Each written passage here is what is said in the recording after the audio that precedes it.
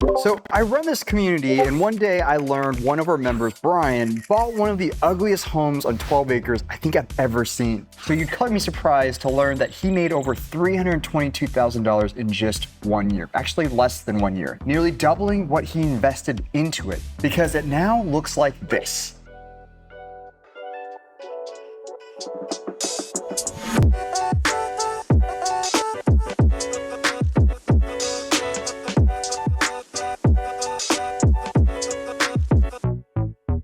Now, I mean, I'm the land hacker, builder, developer dude, and even this one's got me a bit curious with such a crazy return. In today's video, we're going to get a little tour of this property, but more importantly, you'll learn how to find properties just like this and how Bryan did it with this place. And you'll learn the 6 key things that he specifically did to triple his initial $91,000 investment through the purchase, searching, underwriting, strategy, execution, and then the last 2 things are the things that pull this entire investment deal together that I didn't expect I was going to help make this property $10,000 to $12,000 a month every single month. Now, the last thing I knew about Bryan was that he was working on looking for a property in northern Georgia. He often came to the classes, sharing his findings and what he was underwriting. Now, there are half a dozen pretty good sized towns. There's one about 45 minutes called Blue Ridge. I'm sure everybody's heard of it. Probably the #1 mountain town, but it's getting overpopulated. So on this, to be as honest and frank, I tried to pick an area.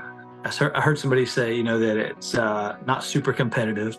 So I tried to look at an area that had natural beauty, had a lot to offer.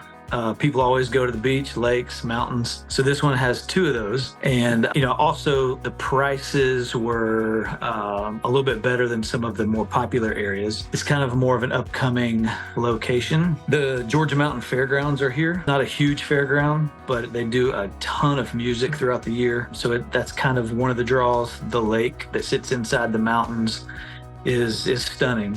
And we are, like some people had said, we're 2 hours from Chattanooga, 2 hours from Atlanta, 2 hours to Greenville, maybe a little further, 2 hours to Asheville. We are definitely rural. It's not a town that's a shortcut to anywhere. Unless you're in a neighboring town, you would not typically ever, go through it, unless you're specifically traveling to a neighboring town. Now, on this property specifically, we were looking, so there's, twofold, and I think somebody mentioned this too.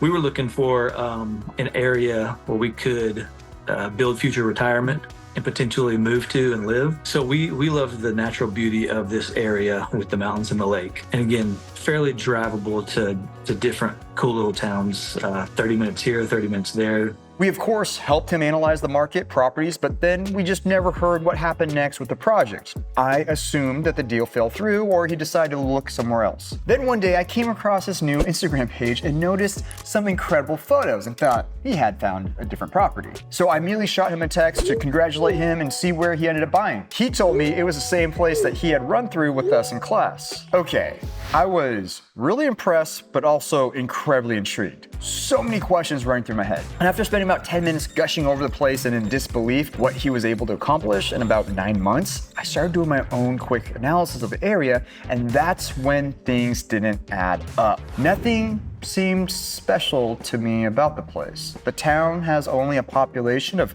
900 people.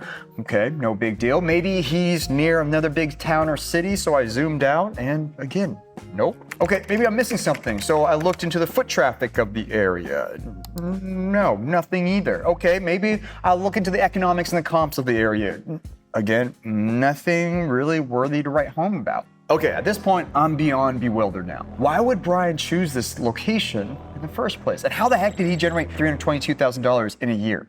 And then before I could get to the answers, he dropped 2 more bombs on me, almost as if he was flexing his ability to spot opportunities. But I first needed to understand why he's investing in this area that has only a population of 900 people, surrounded by almost nothing, and it's not like a hotspot like Gatlinburg or Joshua Tree near national parks. So I decided to dive in a bit deeper with Bryan to figure this out and see if I could replicate it. Now, there are 3 key things that I'm always looking at before investing in the area: location, customer, and economics. And these all seem to be missing those 3 things at first glance. On this specific property, it was one of those things where it over the years, about 2 years ago, starting this whole process, and it kind of morphed, finding Kai and learning these cool options of thinking differently and not just bottlenecking yourself into one house in the mountains that barely breaks even. Yeah, we kind of started that route, and I started looking at, okay, what's a house or a property that could turn into multiple units? However, a few months later, I spotted this property and kind of went back and visited it when I was really kind of growing and learning from Kai, our man here, about the possibility of buying land.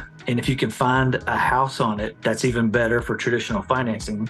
And if it needs a little bit of work, you can get it at a discount. So long story short on this property, it's 12 and a half acres, and it had been on the market for a year and a half. It is next door to the local brewery, and we have 470 feet of road frontage on the main drag going through town. And one of the unique things was when I spoke with the mayor in the city, that she was telling me the county will not allow these type of tent structures and dome structures. They just won't approve them for people. But inside the city limits, they will, which I thought was really ironic. But after talking with Bryan, I learned why surface level numbers were deceiving. Start with the location. Yes, it was a bit in the middle of nowhere. But if we scroll out a little bit, we see that Hiawassee is actually within a 3-hour driving distance of several major cities, including Atlanta, Charlotte, Knoxville, and Chattanooga. Now, Bryan knew this, and being a resident of Atlanta, he knows this area was a popular escape for city folks. The reason why my normal Golden Triangle rule did not apply here was because this was a true destination spot for locals. Second were the customers and foot traffic. I couldn't find any information online, which usually means that there is none. But Bryan knew it was different since he frequented the area quite a bit each year. And not only did he know how busy he could get, but he also knew the type of customers who were coming into Hiawassee. Lastly are the economics. Now, I like to know how much people are spending in on tourism and accommodations in a given area. I eventually did find that there has been good growth in this area in terms of tourism, but Bryan just had such a much clearer picture since he comes up there, like I said, multiple times a year for his family, and understood that the going rate of rentals in the area and how difficult it was to find half-decent places during the times he and his family visited the lake. Nothing beats local understanding and knowledge of a market. And a quick look at the comps, and the area shows some very basic homes that are nothing special, which is great news for Bryan because it means that he can quickly dominate the market and fall into the top 1 or 10% if he does it correctly. Now, after Bryan explained that all to me, it started to make a lot more sense, but it was still confusing how he almost doubled his cash investment in just a year. How did he know it would do that well? Even if he's a local, that's still a pretty big gamble, right? Let's talk about purchasing of the deal and what the numbers look like. This was 100% wooded, 12 and a half acres. It had a double wide on it that was about 15 years old, and it was in very average condition, but sort of on the lines of hoarding. Just an elderly couple lived there for a while, and a widow had been there for a couple years. And she was living with family, so they were just trying to sell the property. And so it had been on the market for a year and a half. It had come down from $625, which may have been a little high to start with anyway. It was down to $425. We made an offer because it was leaking water and there was some stuff going on. We made an offer for $362, and they took it. So if you remember my very first tour and breakdown video on the channel, it was the 4 Oregon cabins. Those were 2 other successful Bryans. The name just seems to bring a lot of success in this world of real estate. Well, our Bryan today purchased 12 acres in northern Georgia for just $362,000 in January 2023, with $91,000 down, with the original asking price well over $425,000. So any of you who are saying there's no good deals and you can't buy in this high interest environment, here's some more evidence that that's not true. So with the help of rehab and a personal loan and a few 0% interest credit cards, Bryan started working on the main cabin, which was in desperate need of some love. Now, what he started with was not pretty. It was a double wide manufactured home that seems to have been neglected for a long time. Leaking roof, peeling wallpaper, black mold, you can practically smell the muskiness through the screen right now. Disclaimer, I do not recommend using credit cards on any type of project unless you are very financially disciplined and have a vetted plan in place. We gutted the entire thing to make it a really, try as best we could to make a really cool cabin, very modern, update everything, and just create just a small, simple 4-bedroom house cabin with a stunning view. But with a $225,000 gut job renovation, this is what Bryan was able to do with the place. Hardly even recognizable, and you would never even guess that was a double wide. This also includes sprucing up the landscaping to open up the insane views and completely change the feel and look of this property. So in every project that I've done in the last 7 or 8 years, I've installed one of these systems. It's called a ductless mini split system, and it is one of the best and easiest, most efficient ways to heat and cool down a house, a shipping container, or in this case, an earth home with an addition. Now, today's video is sponsored by Mr. Cool, who actually provided these units here for this addition that we created here in our Texas home. Now, mini splits in general are just a very cost-efficient way of adding heating and cooling to a space when you don't have a lot of room to work with, or in this case, we got slab on grade and it's gonna be very difficult to do ductwork. But the great thing that I love about Mr. Cool is they have different size systems and they can work with you to figure out what is the best one for your project, but they even have a DIY system, meaning that they ship everything to you and you can do it yourself. Now in this case, when we had ours installed, I had my team helping me out install these ones, and then we had somebody come out and actually do the startup for us as well. But with their system, they include everything in the kit, so even if you don't have, obviously, HVAC experience, you can also do it just by following their instructions and the directions. It's an amazing way to save thousands, like $5,000, $6,000, $7,000, than having a professional come and do it yourself if you're trying to do an addition or maybe cool down or heat up a studio, a basement, or a garage in your own home. Big shout out to Mr. Cool. I'll be using them for our next project, which is the Dome Fitness Center and our treehouse that we're building out here as well. Super happy and pleasantly surprised with how quick and how easy it is, and it heats up and cools down a place, no time flat, and it's super energy efficient too, especially here in the Texas heat. Link down below if you want to check out the different options they have for you. Now, anyone can make a property look good, but fewer have the vision and financial know-how to make a healthy profit. So just like many of the deals we work on with our members, Bryan wanted to get his money back out of the property with a refi. And after getting an appraisal through the lender, the value came back at $665,000, a $303,000 increase in equity value in less than a year, 9 months to be exact, or a net of $78,000 from his cost basis. Now, this is why I always preach catering to your 3 customers. This is how we maximize our profitability, which was beautifully demonstrated here with Bryan. Now, most people will be happy with that type of return in 9 or 10 months, but take a look at this. Since going live and listing the space as a short-term rental in November, Bryan has made over $19,000 in rental income in 3 months. So in just about a year, Bryan was able to create $303,000 in equity and then bring in an additional $19,000 in rental revenues. His cost of owning this piece of property up to this point, only about $4,000 a month, all said and done. Now, to say that he's cash flow positive is a slight understatement. We are already at over 100% equity on cash return in 12 months. All right, so there we are. We've won. Done. The end. Nope. Bryan still has an ace up his sleeve. But before we take the video in that direction, let's learn how he did it. Now, finding the market, location, and property is where many people get tripped up the most. Just getting started can be tricky. Bryan already walked us through that and how he used his knowledge as both a local and paying traveler of the area to get some insider knowledge to determine the right spot. Also, the fallback of this whole place is that Bryan is within driving distance and his family can still use the property, which leads us to step number 2. Bryan needed to run the numbers and assess the risk of the project. In the world of investment and real estate, you'll hear it called underwriting. Now, our underwriting process consists of 5 main parts: the economics of the model, doing the basic financials, as well as the in-depth financial analysis of the project to see if the project nets a positive cash flow and equity return. I like to start everything with what I call our unit economics analysis. In a nutshell, we are breaking things down to the month to take into account seasonality and trying to understand 3 key parts: our revenues, variable costs, and fixed period costs. I put everything together in our free kit for you to try out on your own. If you want to play with it, just link down below. The second is the returns on our investment. Essentially, what is the range of our potential returns, cash flow, equity, and tax incentives? This is critical to telling us how much cash we should invest in the beginning. Third is budget size and scope. Once we know our potential returns, we must then create a budget and understand the size of the scope of our project, whether it's one large plan or broken down into phases and stages. Then there's regulations and constraints. Once we know what pencils out, we have to confirm that it's all legal.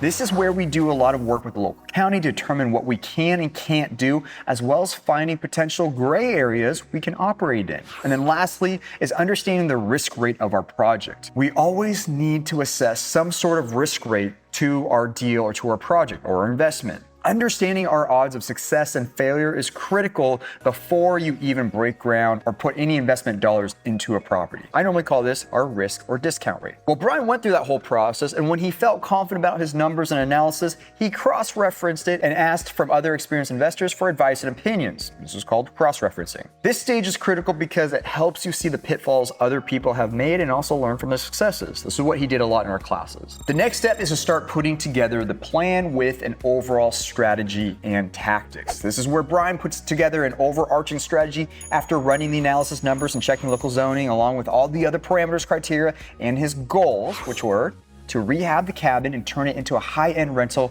that customers really want, but is completely missing from the current market. We like to start with an equity play that will provide a 25 to 35% return. This is to give us that cushion to work with. And then the plan would be to, go somewhere between 7 to 10 tiny, unique structures over the next 4 or 5 years. Second was to create up to 8 additional unique short-term rental doors that can capitalize on the larger acreage and insane view. After working with the county and figuring out local regulations, Bryan was able to determine that the property could handle up to 8 extra doors, 9 including the current home, and this will be broken in what we call a POC.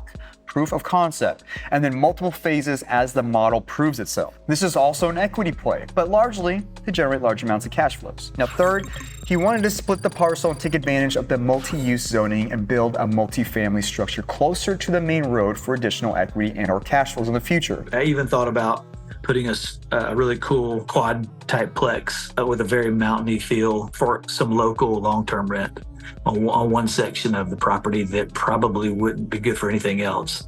It's right behind the brewery, and there's not a lot of rental homes up here for people to live in. So part of the underwriting phase, Bryan realized that the property actually fell into 2 different zoning districts, allowing him to even pursue a long-term rental play. Now, this was a great secondary option when acquiring the property and helped him with making the final decision because he knew he had a rather large safety net. Then lastly was to strategically refinance between phases to capture equity gain tax-free. As you build out a property, planning around equity creation, permits, zoning is critical to recapture that equity growth. We like to call these soft exits. And it's a great way to recoup your initial cash out of the pocket and gain a bit of equity as profits and not pay taxes. So with the strategy all built out, it's time to actually start putting the plan in play. At this stage, we really want to have a clear budget in place along with our estimates for each stage of the project. I call this the order of operations. We start systematically going through this process, checking out the time frame and budget at each stage. This allows us, or Bryan in this situation, to make game time decisions and adapt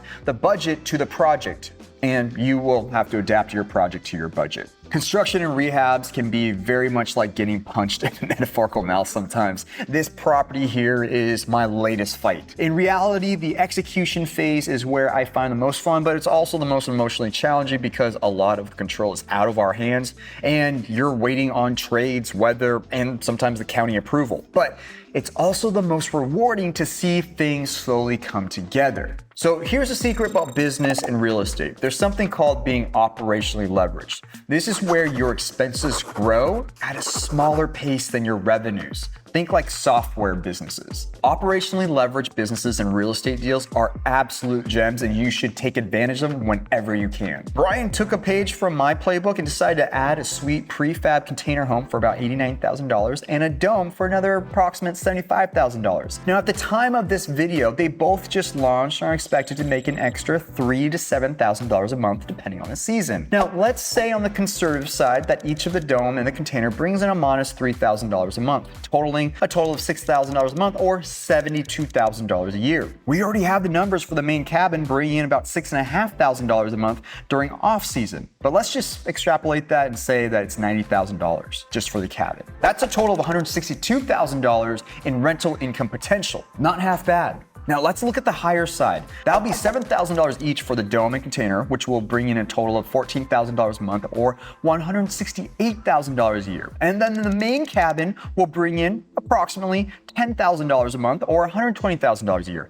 Total, $288,000 a year of rental income from one property. So the range of rental income is anywhere between $162,000 to $288,000 a year, with already a proven $303,000 in equity created. Are you seeing why this is a mad genius play? Now, just to put that in perspective, let's say that the average long-term rental rents for $2,000 a month or $24,000 a year. Bryan would have had to have purchased 7 to 12 long-term rental doors just to match revenues. But for you out there who are experienced with long-term rentals, the fixed expenses and servicing the debt would have most likely wiped out all of that income. Whereas with Bryan's property, his monthly expenses include debt servicing is approximately $6,000 a month or $72,000 a year, or only 44 to 25% of his potential income with only one property across 3 unique doors. Now, you think that we'd be done here, right?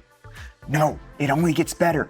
Once cash flow stabilizes and we have a better understanding of the market, Bryan has the option to continue with his master plan and complete the 6 other short-term rental doors and even carve out the small portion in the corner of the property and build out a 4-plex closer down to the main road. There's the possibility of doing something commercial down front as the city, experiences growth with things that they don't currently have for tourism. Now, this is what we call the land and expand method. We like having multiple options when investing. In the way that Bryan underwrote this deal, he has a lot of ways to make money and curb his downsides. Now, I know when Bryan first came to me and the team, he had a dream and a vision, but just didn't know where to start. Probably very similar to you. But it's amazing to see dream income properties like these come to life all around the world when people have a little bit of guidance, a boost in confidence, but most importantly, the drive to execute with a proven system. Now, what we didn't even touch upon yet is once he starts phase 3 with stabilized cash flows, the property could be worth in the millions. But in time, that's another video. You have the ability to create incredible and beautiful experiences for guests from around the world, and travelers are begging for it. All the while, you can take advantage of the 3 key investment tactics of real estate: cash flow, equity, and tax incentives. Oh yeah, the additional bonus of owning a bad property is that you and your family can also enjoy it as a nice little incentive as well. Now, if you think this is just one lucky person, we literally have hundreds of people working towards this with several dozens of examples. Listen to this case study on another great couple who took our underwriting method and applied it to an insane deal up in Alaska, or watch this case study here on someone who regrets trying to do this exact same thing, but doing it by themselves.